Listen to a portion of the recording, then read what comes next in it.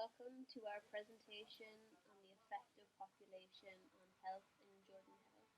My name is Sinead and I will be taking you through the first few slides and then I'm going to pass you on to Amy. So, what we will be covering in our presentation today.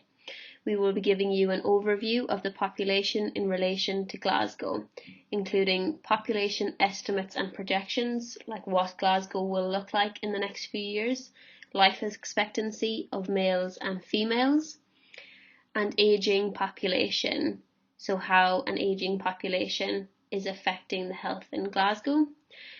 The second point we wanted to look at was an overview of population. So, what we will be covering in our presentation today.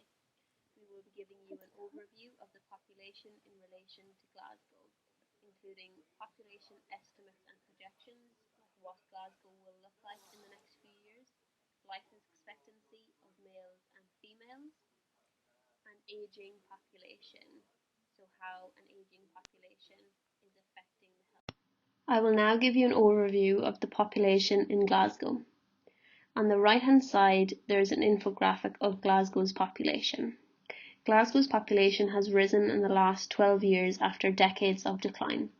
Its population peaked in 1925 and then remained stable until the early 1950s before it began to drop. In the early 1960s, Glasgow's population started to fall steeply by 1% or more per year. Since 2007, there has been an annual rise in the population in Glasgow. In 2019, the population of the city was estimated to be 633,120, representing a rise of 1.1% on the previous year's estimate. It is the most ethnically diverse population in Scotland. Glasgow has the largest percentage of ethnic minority groups, roughly 12% of all the selected Scottish cities. The largest single ethnic minority group is Pakistani. The birth and death rates have dropped significantly over the last 150 years. Birth reached a peak in 1920 after the end of the First World War, before declining. The first decade of the new millennium, there was a modest rise in births in the city, but since 2011, birth numbers have declined again. The number of households in Glasgow is predicted to rise by 16% in the next 25 years. The National Records of Scotland forecast that the number of households in Glasgow is set to grow 16% from 2016 to 2041. Glasgow has an ageing population, with over 39,000 adults aged over 75. This represents 6% of the city's population. Looking at this infographic representing the population as 100 people, you can see that 74 of 100 of these people are living with a health condition which limits their daily activities. Glasgow has the highest mortality rate compared to other local authorities in Scotland. In between 2016 and 18, the female life expectancy in Glasgow was estimated to be around 78 years, and the same in male life expectancy in Glasgow was estimated to be around 73 years. These are both, for male and female, the lowest across Scotland for life expectancies. So how does Jordan Hill compare to the rest of Glasgow? Jordan Hill falls within the ward of Anniesland, Whiteinch and Jordan Hill. Overall, the population of Jordan Hill has increased since 1996, mainly due to an increase in the 45 to 60 age group range moving into the area.